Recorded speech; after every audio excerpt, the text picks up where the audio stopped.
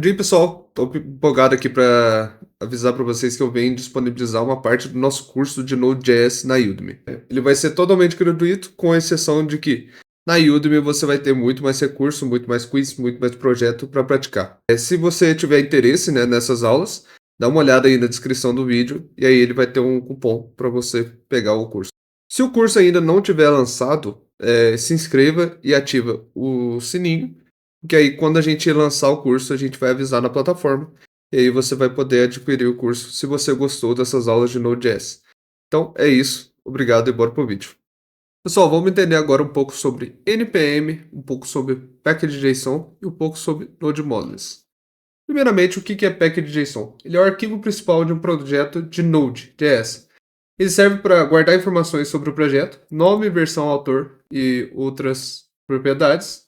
Definir quais são as dependências que o projeto precisa, certo?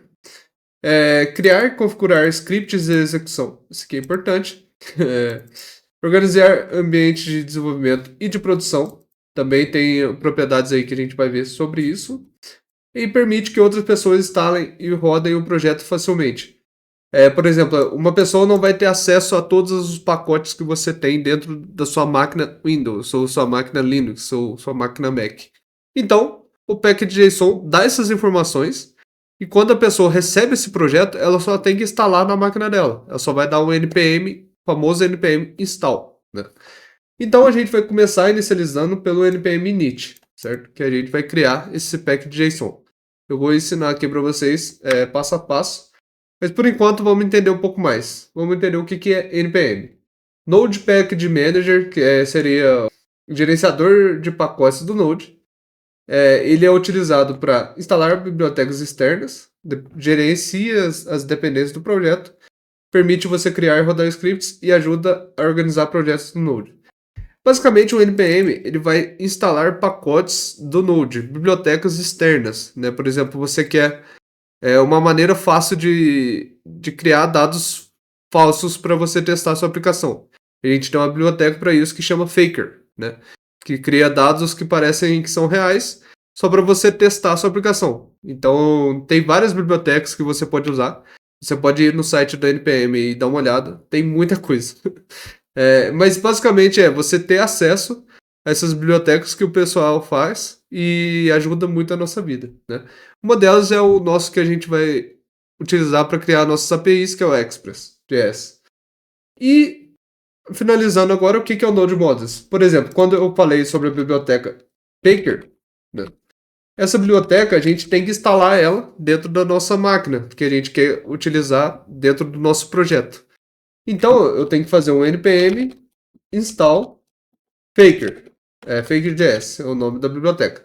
Quando eu faço essa execução desse npm Faker.js, ele vai criar para mim uma pasta que vai chamar Node Modules. O Node Modules são todas as dependências do nosso projeto.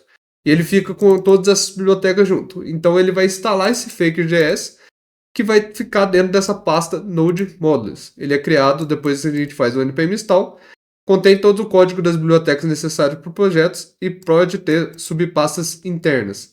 Então, ele é até importante de você conhecer, porque quando a gente for subir o nosso projeto para o Git, a gente não pode subir essa pasta Node Modules. Por quê? Ela é muito pesada. Então, por exemplo, você tem um projeto lá, o projeto seu vai ser 50 KB, é muito pouco, é muito pequeno. Enquanto que a pasta Node Modules pode aí dar uns 50 megas, 100 megas. Já tem muito caso de eu ter uma pasta Modules com quase 1 GB só de dependência. Então, é bem grande, né? E a gente tem que adicionar ele no git ignore. Beleza? Vendo esses conceitos, agora a gente vai entender um pouco mais como que funciona isso na prática. Então vamos ver aqui um pouco do npm na prática, né? Vou rodar aqui o comando npm init. Vou colocar aqui, vou dar um enter nesse package name, vou querer como Udemy Node.js, versão vai ser essa, descrição, esse é um projeto teste. Aqui eu vou dar um enter, autor Júlio Moraes, licença ESC, beleza. Ele montou aqui pra gente o nosso package.json. Aí eu vou explicar para vocês o que é o package.json. Primeiro, ele é um objeto que tem algumas propriedades aí que são interessantes para o nosso projeto. Como, por exemplo, o nome do nosso projeto vai ser Udemy Node.js. A versão vai ser 1.0.0. Quando você fizer alguma alteração, né, por exemplo, no GitHub, você pode subir essa versão para 1.0.1. A gente não utilizava muito quando eu estava mexendo isso em grandes empresas. A gente fazia um versionamento por fora. Mas, se você quiser, você pode usar essa versão aqui. Descrição é a descrição no nosso projeto. Main é o primeiro, é o arquivo de entrada. Só que esse main e todas essas propriedades, a maioria delas é utilizado para caso você tenha uma biblioteca no NPM, né? Que vai ser aí a biblioteca, vai ser o nosso gerenciador de bibliotecas, né? Na verdade. E aí você tem lá qualquer biblioteca que você quiser no mundo, tem muita coisa. E você, se você criar a sua própria, né? Essas propriedades aqui são muito importantes. Caso você não está criando uma nova biblioteca, você não precisa muito ligar para esses arquivos aqui, para essas propriedades aqui. Agora, tem algumas propriedades que são importantes, como scripts, por exemplo. O scripts, a gente pode colocar aqui um start, e eu vou colocar um node index.js, que vai ser basicamente a gente fazer aquele node index.js, só que eu estou mapeando pelo meu package.json e eu estou falando basicamente para ele. Quando eu rodar o script start, roda para mim o node index.js. Então eu não preciso ficar fazendo isso aqui toda vez, né? Então eu vou fazer aqui, ó, index.js, criar esse arquivo, dar o console log olá mu.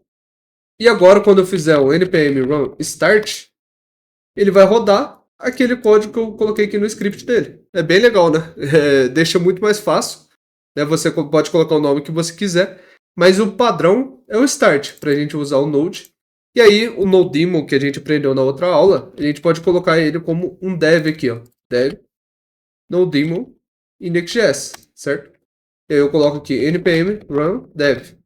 Seria rodar esse script em modo de desenvolvimento, né? E ele fica atualizando toda vez que a gente mudar aqui. Então, se eu atualizar o código, salvar ele, aqui no meu nodemo, ele atualizou esse código e está como 2222. E se eu atualizar de novo, ele já vem que eu não preciso ficar dando esse refresh toda vez, né? Eu não preciso rodar toda vez o script no npm run start.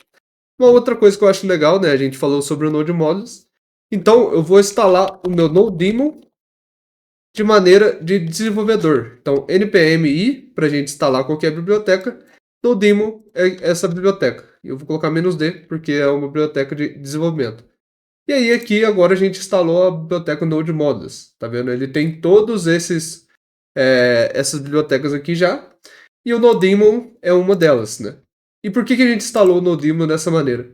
Porque vamos supor que você tem um amigo, você quer compartilhar o código com ele, mas ele não tem o nodemo na máquina dele. É só ele puxar esse projeto e ele vai fazer aqui, ó, npm i. O npm i vai instalar todas as dependências que estão nesse package.json. Então o package.json aqui, ó, tá definindo para mim, ó, você tem uma dependência de desenvolvedor. E aí ele vai puxar isso aqui lá do npm, que é o gerenciador de pacotes, vai instalar na máquina dele e ele vai conseguir rodar o nodemo aí sem problema nenhum, beleza? Então é isso. Na próxima aula a gente vai ver um pouquinho mais sobre essas bibliotecas que você pode importar no Node.